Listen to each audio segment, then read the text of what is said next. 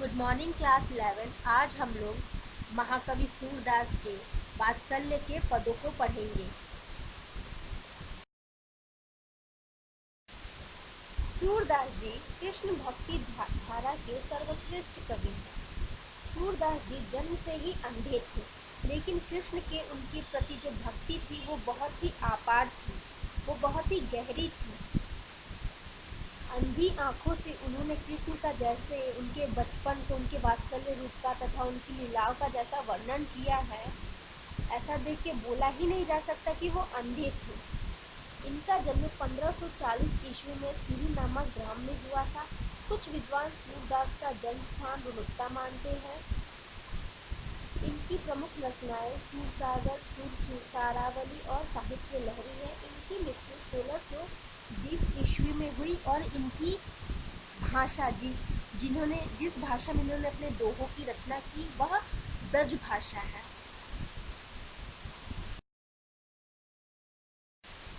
प्रस्तुत वात्सल्य के पदों में सूरदास जी बोल रहे हैं कि मैया मैं नहीं माखन खायो, ख्याल परे ये सखा सभे मिली मेरे मुख लिपटायो।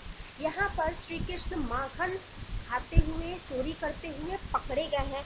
अब उनकी माता ने तो उन्हें पकड़ लिया है। अब वो मैया से बोल रहे हैं, यशोदा मैया से बोल रहे हैं कि मैया मैंने माखन नहीं खाया है। अरे अरे मुझे याद आया कि मेरे सारे सखा यानी मेरे सारे मित्रों ने जानबूझ के, सारे माखन को तो उन्होंने खाया है लेकिन जानबूझ के माखन को लेके मेरे मुंह में लगा दिया है ताकि सारा इल्जाम मेरे ऊपर आ जाए।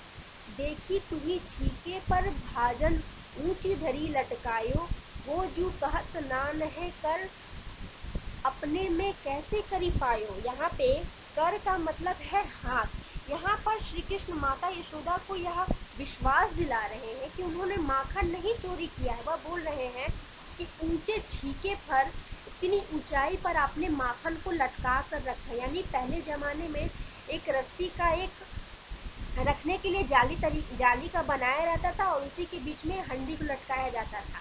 तो यहाँ पे श्री कृष्ण बोल रहे हैं कि ऊंचे छीके पर, इतनी ऊंचाई पे तो माखन आपने रख के गई थी और मेरी ये जो नन्हे हाथ है वो उस माखन की हांडी तक कैसे पहुंच सकते हैं। आपको अभी भी लगता है कि माखन मैंने ही चुराया है।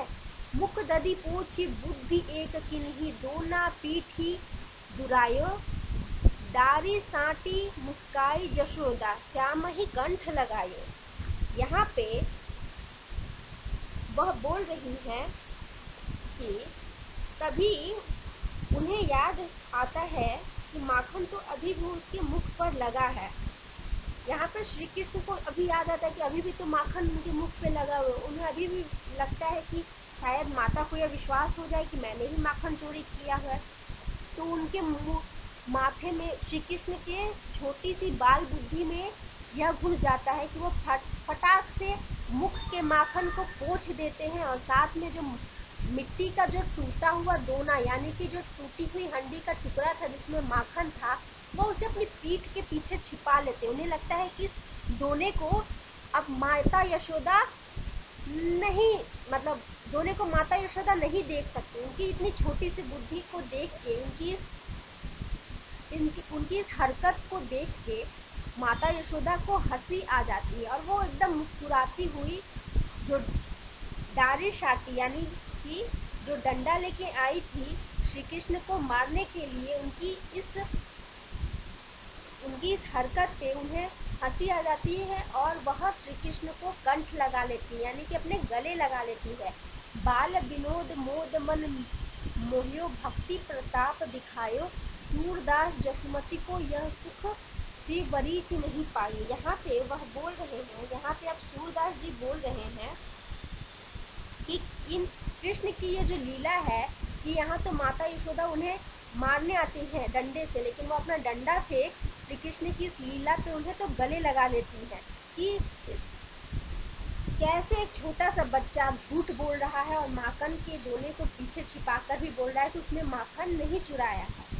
तो यहाँ पे अब सूरदास जी अंत की दो पंक्तियों में अब सूरदास जी बोल रहे हैं कि श्री कृष्ण अपनी बाल लीलाओं के द्वारा जिस आनंद की वर्षा कर रहे हैं यह उनका अपने भक्तों के प्रति प्रेम ही तो है कि वह लीला करके वो अपने भक्तों को खुश कर रहे हैं। सूरदास जी ये कहते हैं कि कृष्ण की इन लीलाओं का सुख कौन प्राप्त कर रहा है? माता यशोदा प्राप्त कर रही है, और उनकी इन लीलाओं को ऊपर से भगवान शिव और पार्वती यानी कि शिव बरीची या शिव और पार्वती भी देख रहे हैं, और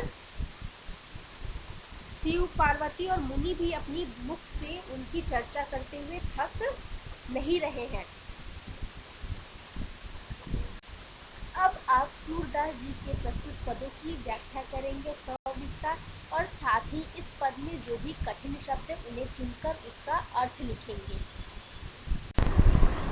थैंक यू बच्चों। अब आप लोग मुझे अपना होमवर्क नीचे दिए गए ईमेल एड्रेस पे सेंड करेंगे, और साथ ही आप हमारे पीपीटी और वीडियो से संबंधित कोई भी सुझाव देना चाहते हैं तो नीचे जो ईमेल एड्रेस दिया गया है feedback.stmichaelsacademy@gmail.com, इस पे आप लोग अपने सुझाव हमें मेल कर सकते हैं।